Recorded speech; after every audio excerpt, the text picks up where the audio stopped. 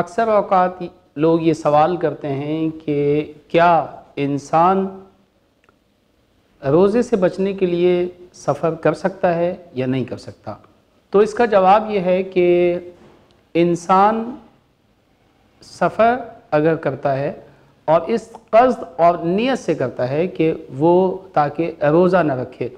تو ایسی صورت میں مقام معظم رہبری یہ فرماتے ہیں کہ ایسی صورت میں بھی کوئی حرج نہیں ہے اور یہ انسان جو ہے وہ سفر کر سکتا ہے، چاہے یہ سفر روزے سے بچنے کے لیے ہی کیوں نہ ہو۔ البتہ اس سلسلے میں آیت اللہ سیستانی بھی اجازت دیتے ہیں، مگر آپ فرماتے ہیں کہ مکروہ ہے کہ انسان روزے سے بچنے کے لیے جو ہے وہ سفر کرے۔